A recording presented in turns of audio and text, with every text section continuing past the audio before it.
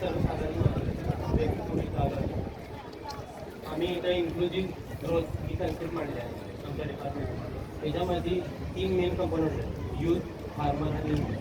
त्यामध्ये यूथ हा पॉलिटिशियनच्या दबावामुळे किंवा पॉलिटिशियनच्या रॅलीमुळे पूर्ण प्रकारे करून त्यांना म्हणजे रिअल एज्युकेशन त्यांना अभाव असल्यामुळे आयफोन वगैरे किंवा सोशल मीडियामुळे ते पूर्ण भरकटलेलं आहे टेक्स्टमुळे. त्यामुळं त्याची पूर्ण अवस्था एक ट्रॅफिक पेपर कसा असतो त्याची त्याची अवस्था झालेली आहे, ते पूर्ण भरकटलेलं आहे. मग आम्ही असं दाखवलं की त्या यूथचं ट्रान्झिशन कसं एक मॉडर्न कलेक्टर किंवा मॉडर्न व्यक्ती किंवा एक आपल्या देशामध्ये देशाच्या उच्च स्तरावरती जाऊन सुद्धा एक आपला रिप्रेझेंटेटिव्ह होऊ शकतो असं दाखवलं आहे. त्यानंतर आम्ही वुमन एम्पॉवरमेंटसाठी कसे पडले. पहिली वुमन ट्रॅडिशनल वुमन म्हणून होती, त्यानंतर ट्रॅडिशनल वुमन तिला कुठलाही अधिकार नव्हता, तिला फक्त मूल सांभाळायचं आणि घर चालवायचं, बाकी डायरेक्शन सगळी एका युथकडे होती असं तिथं दाखवलेलं आहे. त्याच्यानंतर ट्रान्झिशन त्यांना जेव्हा आता आपला IPL मध्ये ऑप्शनमध्ये त्यांना जेव्हा संधी मिळाली, त्यांच्या IPL खेळण्यासाठी संधी मिळाली, तर त्यांनी सिद्ध करून दाखवलं होतं की आपण पण वर्ल्ड चॅम्पियन होऊ शकतोय आणि यावेळी आपण वर्ल्डमध्ये आणि देशाला रिप्रेझेंट केलं. त्याच्यानंतर आम्ही फार्मर दाखवले.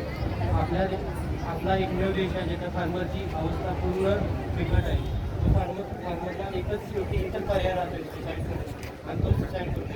तर त्याला सुसाईड वाचवणं त्याच्यासाठी आम्ही काही इनिशिएटिव्ह घेतले आहे, ट्रान्झिशन प्लेन आणलं आहे. त्यानंतर तो शेतकरी त्याला काही इन्फ्रास्ट्रक्चर मिळाल्यामुळे सबसिडी मिळाल्यामुळे किंवा गव्हर्नमेंट असल्यामुळे तो आपल्या US शेतकऱ्यांना सुद्धा कन्सिडर देऊ शकतो. ते आम्ही इथं दाखवले आमच्या शेतात.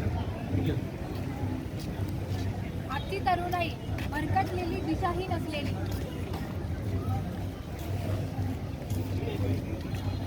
हॅलो, हा भावा इलेक्शन लागले, 5 लाखाचं बँकेच्या लेवर. हा 4 लाख वाटायचं, 1 लाख कशाला? अरे 1 लाख आपल्याला नको का? संध्याकाळी बसायचं आहे. हा अरे भाऊ उभारलाय माझा इलेक्शनला. हा भावा बाजूवाले आपलं आले झाला की आता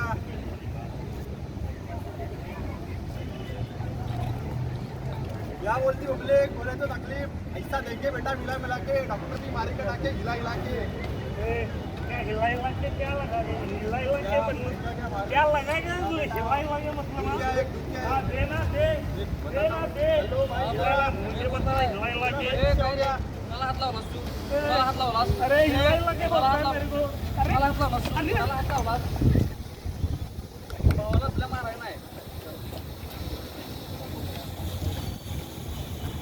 देशाचा युवा आज बेस्वाधीन झालेला आहे, त्याला रोजगाराच्या संधी हव्या आहेत. युवा शक्ती आगे बढ़े, युवा शक्ती आगे बढ़े, बेरोजगारी पीछे हटे, बेरोजगारी पीछे हटे, युवा शक्ती आगे बढ़े, युवा शक्ती आगे बढ़े, बेरोजगारी पीछे हटे, बेरोजगारी पीछे हटे.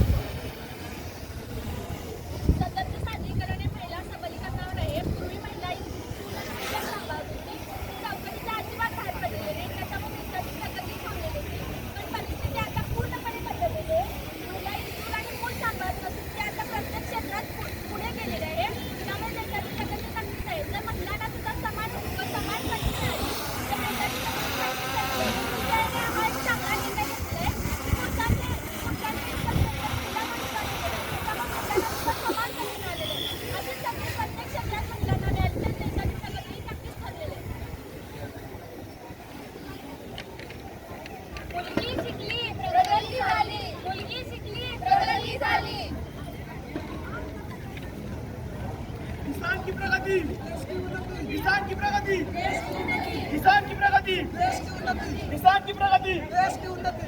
शेतकरी या जगाचा पोशिंदा आहे, पण आज या देशात शेतकऱ्याची काय अवस्था आहे? कर्ज किती वाढलेत, आमच्या पिकाला भाव नाही, तर इतके भाग झाले, महागाई वाढले आणि शेतकऱ्याने आम्हाला सरकारने आम्हाला काही मदत केली नाही. पिकाला पाणी नाही, पाऊस पडत नाही, पाऊस पडला तर एवढा पडतो की पूर येऊन आमची पिकं सगळी वाहून जातात.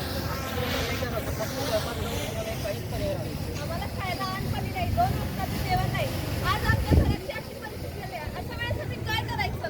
आमच्या सरकारने आत्महत्या केली, आम्ही काय करायचं? महिला आज ही शेतकऱ्यांची अवस्था. आज हा कृषीप्रधान देश म्हणून ओळखला जातो आणि या देशामध्ये दरवर्षी 10,000 शेतकरी आत्महत्या करतात आणि 60% पेक्षा जास्त शेतकरी हे कर्जबाजारी झाले. किसान की प्रगती, देश की उन्नती. किसान की प्रगती, देश की उन्नती. देशाच्या अर्थव्यवस्थेत शेतकऱ्याला मोलाचा वाटा आहे. त्यामुळे शेतकऱ्याला आपण मदत करणं गरजेचं आहे.